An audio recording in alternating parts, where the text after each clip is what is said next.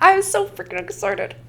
I'm all done up. I had to get all like ready early, and we had class this morning too. So I'm in M2 now, right? So why am I just now making a video about my white coat ceremony, which is supposedly before the beginning of your first year of med school? Well, I guess that's because we didn't have a white coat ceremony last year because COVID. And we almost didn't have it this year either. I mean, oh my gosh, could you imagine? How wild would it be to have it put off another year and you have a white coat ceremony and you're literally starting your third year?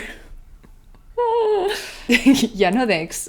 I'll take it this year. Now, for those of you who are unfamiliar with the white coat ceremony, it's basically, call it a rite of passage with slightly different bells and whistles and speakers and things at different schools. But universally what happens is incoming, or in our case, current med students receive our white coats. And this is a shorter, keep in mind, this is a shorter white coat than you get when you are a resident and then an attending. You get like different lengths of coats at each stage of training. So at the white coat ceremony, someone like literally actually coats you, like they put it on, and then you recite an oath of dedication to the ideals of the study and practice of medicine. Not every oath is the same. Some still do the Hippocratic Oath. In our case, like at our school, we do the Geneva Oath, which is a revision of the Hippocratic Oath. But anyway, this essentially signifies our entry into the profession of medicine.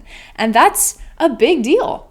For us, at least. So our class has been waiting a long time for this. And there are still some restrictions for this ceremony. But let's see how it goes. Hopefully it goes well.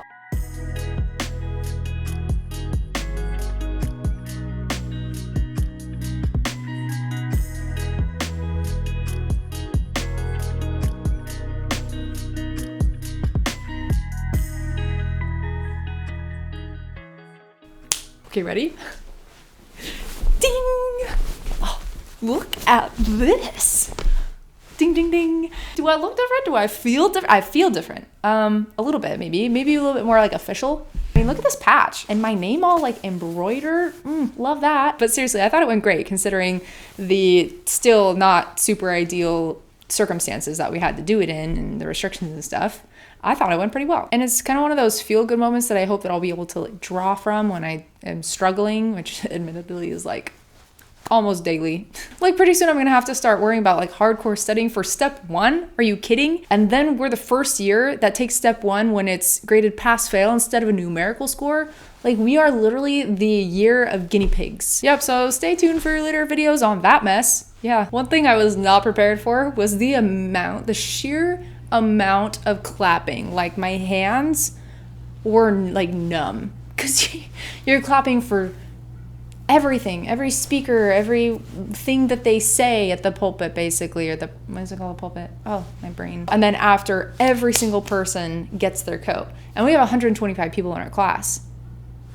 I was clapping for like an hour straight. By the end I was like, holy cow, I can't feel my hands.